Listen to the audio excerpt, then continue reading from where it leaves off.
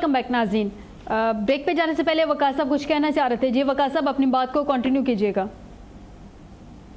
आपने ना जी इंट्रो जो दिया ना, मैं उसके साथ पार्शली एग्री करता हूँ कि पाकिस्तान के अवाम का जो मसाइल हैं, पाकिस्तानी अवाम जो अपने मेंबरान को चुन के, अपने नुमाइंदों को चुन के असम्बलियों में भेजते ही हैं, उनकी उम्मीदें जो है पूरी नहीं होती हैं और पिछले 76 सालों में नहीं हुई। आपने ये बात की कि हुक्मरान जो हैं या असम्बलियों में बैठे मेंबर्स या अदालतें या ये सारे लोग अपनी आपस की जंग में लगे रहते हैं। जी, आपसी मसाइल नहीं खत्म हो रहे हैं ना सबके। I partially agree with you। देखिए पाकिस्तान की अवाम के क्या मसाइल हैं। सबसे बड़ा मसला तो जो है वो हमारी महंगाई है, मईशत है, बेरोजगारी है, लॉ एंड ऑर्डर है। अब ये जो चीजें हैं, अब जो हमारी असल में हुकूमत जो बैठी हुई है, जिसने हमें इमरान खान को निकाला और ये आ गए, और इसी बात इन्होंने यही कहा कि इमरान खान ने क्योंकि महंगाई बहुत कर दी है और उससे मुल्क चलाया नहीं जा रहा, हम आके बहुत अच्छा चला लेंगे। 2 सालों में सबके सामने है, मुझे बताने की जरूरत नहीं है कि क्या हुआ। सो fact of the matter is कि आपने किसी चीज की रूट कॉज को देखना है। If we look at the period of 76 years of जब से हम आजाद हुए हैं, तो हमारा बुनियादी मसला रूल ऑफ लॉ है। जब तक रूल ऑफ लॉ नहीं आएगा, सर रूल ऑफ लॉ 76 साल से, अब तो 77 साल हो गए ना, यही सुनते आ रहे हैं। हर आने वाली हुकूमत ये कहती है कि हमें प्रॉब्लमेटिक पाकिस्तान मिला है, प्रॉब्लमेटिक सिस्टम मिला है। हर जाने वाली हुकूमत कहती है हमने सब अच्छा किया था, हमें तो सिस्टम ही मेरी गुजारिश, let me complete, give me 1 minute. जिस मुल्क में अफराद जो हैं वो रियासत से ताकतवर हों, वहां पे ऐसा ही होता है। हमारे यहाँ हुकूमतें और रियासत जो है वो ताकतवर नहीं है, अफराद ताकतवर हैं।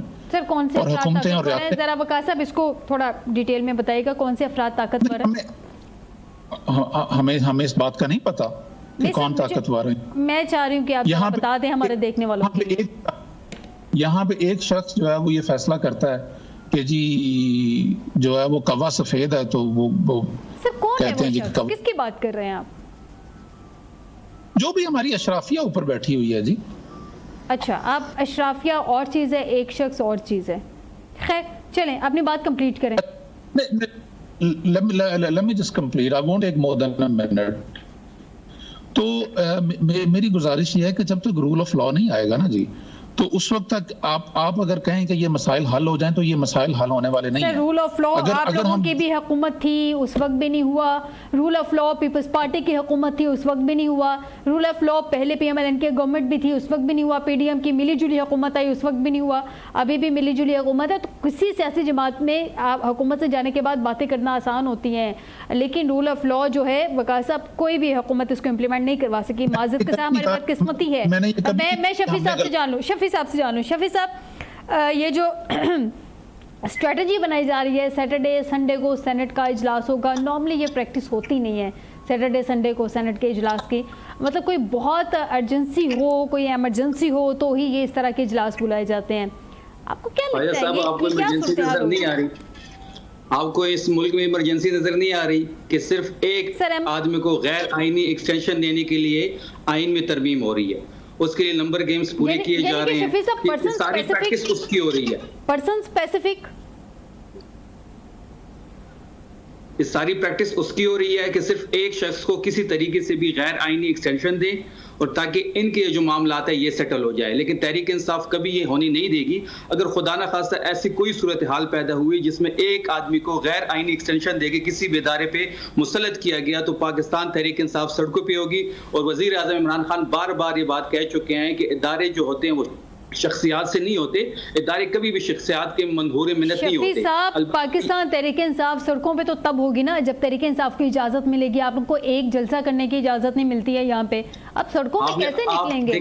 स्ट्रीट पॉलिटिक्स की आप बात कर रहे हैं, स्ट्रीट पावर की आप बात कर रहे हैं, पॉलिटिशियंस के साथ बैठ के असेंबली में बात क्यों नहीं करते? सर मसाइल का हल निकाले ना।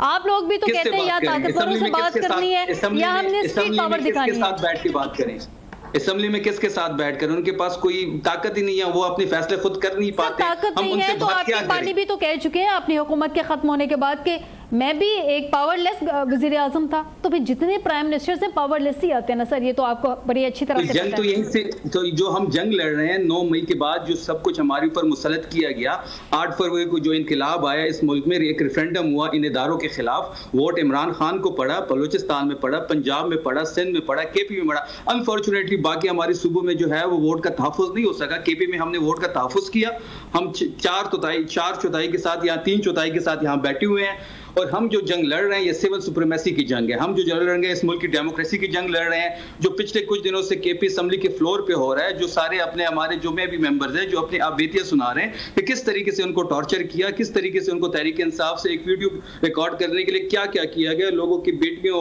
को उठाया गया, बेटों को उठाया गया, चादर चार दीवारी का तकद्दुस पामाल हुआ। ये वो सारी कहानियां हैं जो आपको केपी के असेंबली के फ्लोर पे नजर आ रही है, और इसकी वजह यह है कि हम सिविल सुप्रीमेसी की बात कर रहे हैं, हम इस मुल्क में जमहूरियत की बात कर रहे हैं, हम उन ताकतों को कह रहे हैं कि जी सर माजरत के साथ आप जिन ताकतों को आप सियासत से दूर करना चाह रहे हैं, अनफॉर्चुनेटली आप बात भी तो उन्हीं से करना चाह रहे हैं ना सर। अगर आप सिविल सुप्रीमेसी की बात कर रहे हैं, अगर आप जमहूरियत की बात कर रहे हैं, माना फार्म 45 या फार्म 47 जिस तरह के भी आप उनको एलिगेशंस लगा रहे हैं, लेकिन इस वक्त हुकूमत तो वही है, तमाम सियासी जमातें आपस में मिल बैठ के रूल्स मुतय्यन कर लें, आप लोग कंधे इस्तेमाल ना करें तो ना इस तरह के मामला हों। कंधे भी इस्तेमाल करने हैं, बात भी ताकतवरों से करनी है, लेकिन फिर ताकतवरों को सियासत में पार्ट भी नहीं लेने देना। 8 फरवरी की रात को अगर नवाज शरीफ अपना कंधा पेश ना कर देना इदारों के लिए तो इस मुल्क में इनकलाब आ चुका था, लेकिन अनफॉर्चुनेटली नून लीग ने अब तक कंधा पेश किया।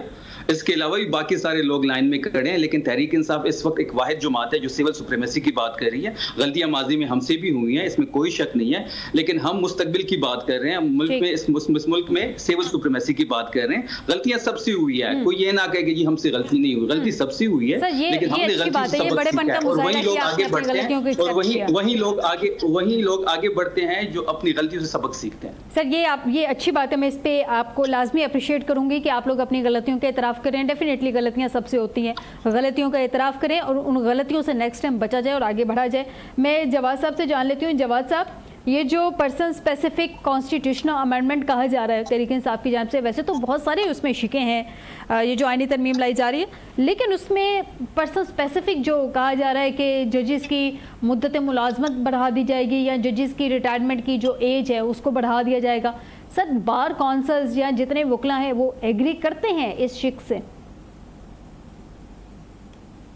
ये कभी भी एक्सेप्टेबल नहीं होती सोसाइटी में, और सोसाइटी में खराबी का बायस भी यही अमेंडमेंट्स बनती हैं ऐसी जो आती हैं।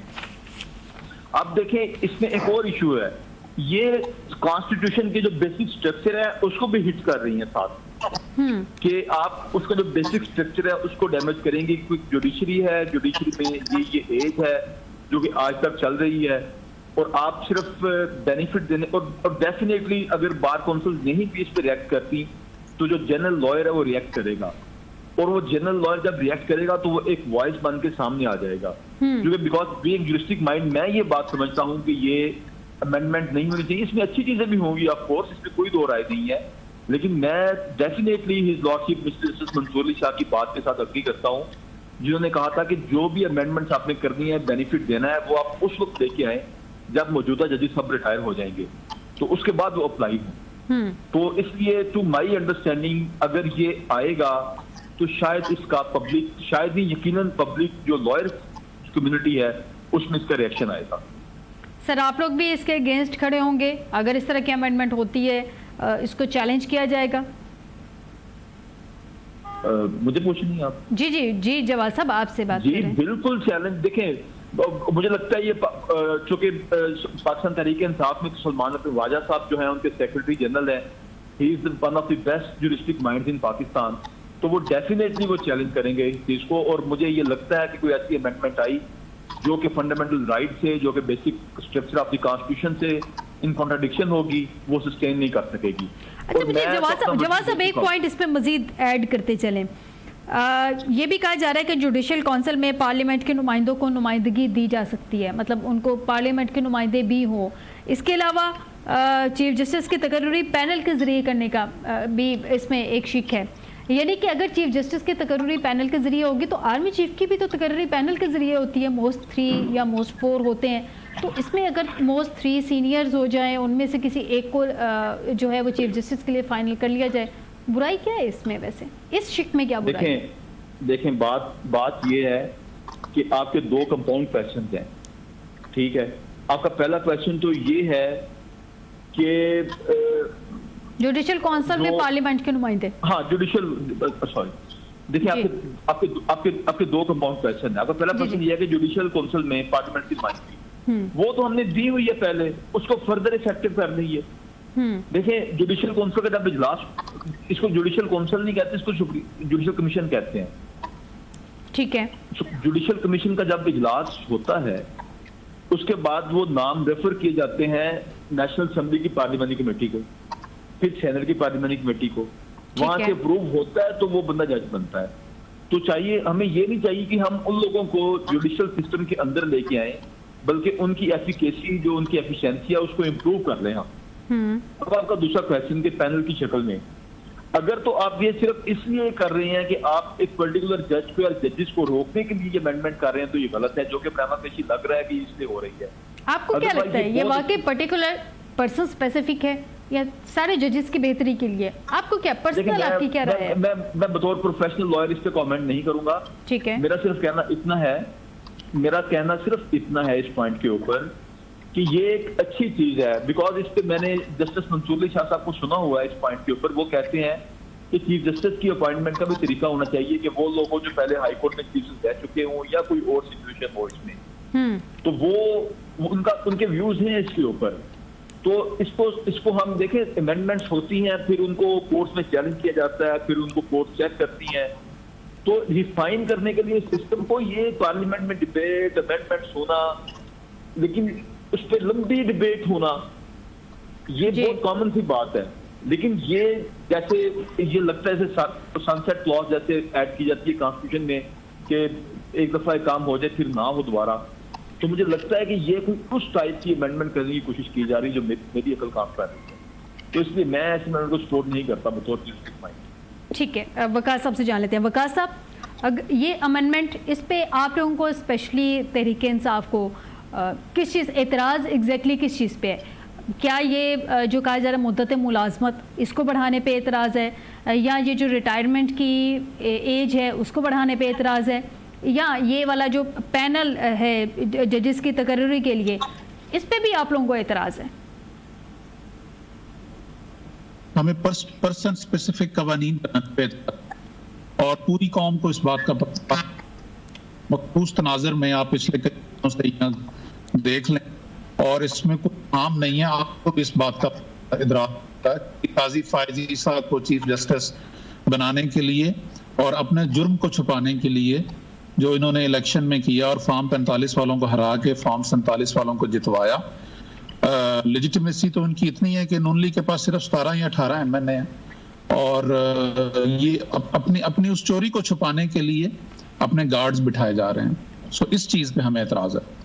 ठीक है, शफी साहब, अगर ये पर्सन स्पेसिफिक है, लेट्स सपोज एक मिनट के लिए हम सोच लेते हैं कि ये पर्सन स्पेसिफिक नहीं है, ओवरऑल प्रोसीजरल अगर इस सारे मामला को देखा जाए तो प्रोसीजर में, इसके प्रोसीजर में आपको क्या इशू है तरीके इंसाफ को? क्योंकि 5 जजेस हैं ना, लेट्स सपोज 5 जजेस हैं, उनमें से सारे आपस में मुशावरत के साथ कोई एक जज को as an chief justice of supreme court, अगर आप लोग उसकी तकर्रुरी, उन जज साहब की तकर्रुरी हो जाती है या उनकी नॉमिनेशन हो जाती है, तो इसमें इस वाली शिक में कोई एतराज़, प्रोसीजरल एतराज़ नहीं? जब हमें एतराज़ ये है कि 70 साल से एक सिस्टम चल रहा था कि जो भी सीनियर मोस्ट जज होता है वो चीफ जस्टिस बन जाता है। ठीक। अब in the end of the day जब इन जज साहिब के कोई 40 से 45 दिन रह गए रिटायरमेंट के लिए, तो अचानक से हमारे एमएनएस भी गायब शुरू हो गए हैं, हमारे एमएनएस के नंबर्स भी बन जा रहे हैं, 4-5 हमारे लोग अभी भी गायब हैं। सिर्फ और सिर्फ ये सारा ड्रामा जो था, जैसे मैंने पहले फरमाया है, सिर्फ और सिर्फ एक पर्सन स्पेसिफिक के लिए ये जो ड्रामा रचाया जा रहा है उनकी एक्सटेंशन के लिए। और जो फॉर्म 45 फॉर्म 47 की कहानी हम करते हैं ना जी, ये इलेक्शन उस दिन मुतनाज़ा हो गए थे जब इस जज मौसूफ साहब ने आरओस का जो सिलेक्शन था वो अपने एक एसीज और डीसीज के इख्तियार में दिया, जबकि हम ये कह रहे थे कि आरओस अदलिया से होने चाहिए। ये उसी दिन ये सारी जो हमारा इलेक्शन था ये मुतनाज़ा हो गया था। अब उसी जज को फ़ायदा देने के लिए या उनको वो किक बैक देने के लिए उनकी मुद्दत मुलाजमत भी बढ़ाई जा रही है, और जो सारी अमेंडमेंट हो रही है वो सिर्फ पर्सन स्पेसिफिक के लिए किया जा रहा है। अब सारी 77 साल से आप इसका एक पॉइंट इग्नोर कर रहे हैं, शायद जिनके नाम आप ले रहे हैं, जिनकी तरफ इशारा कर रहे हैं, उनके अलावा जस्टिस मंसूर अली शाह को भी हुकूमत शायद साइडलाइन करना चाह रही है, उनसे भी बचना चाह रही है, शायद वो भी उनकी वजह से भी ये अमेंडमेंट्स लाई जा रही हैं। ये सारा ड्रामा उधर ही हो रहा है ना जी, वो तो नेक्स्ट चीफ जस्टिस साहब उन्होंने बनना है, ये सारा ड्रामा उन्हीं के लिए हो रहा है कि जी उनको साइड लाइन करके किसी और जूनियर मोस्ट जज को पिक करके चीफ जस्टिस ऑफ पाकिस्तान बनाया जाए। ये भी तो हो सकता है ना। ये जो हो रहा है सिर्फ और सिर्फ हुकूमत अपने हथकंडे छुपाने के लिए कर रहे हैं। जो उन्होंने इलेक्शन चुराया, जो उन्होंने गैर कानूनी तौर पर इमरान खान को अंदर रखा हुआ है, ये सारी वो चीजें हैं जिसका एक एक चीज का हमें इल्म है। हम कभी भी इस अमेंडमेंट के हक में नहीं है। अगर इन केस ये अमेंडमेंट आती है तो तहरीक इंसाफ सड़कों पर होगी, मुल्कीर एहतजाज भी होंगे और ये सिस्टम नहीं चल पाएगा आगे। ये सिस्टम नहीं चल पाएगा। नाज़रीन, मुझे एक छोटा सा ब्रेक लेना है, तमाम मेहमानों से कहूँगी मेरे साथ मौजूद रहिएगा। ब्रेक से वापस आएंगे तो कानूनी एंगल भी इसका जानेंगे कि क्या ये जो आईनी तरमीम है इसको 184(3) के तहत टेकअप किया जा सकता है सुप्रीम कोर्ट की तरफ से, क्या साइडलाइन भी किया जा सकता है। एक ब्रेक के बाद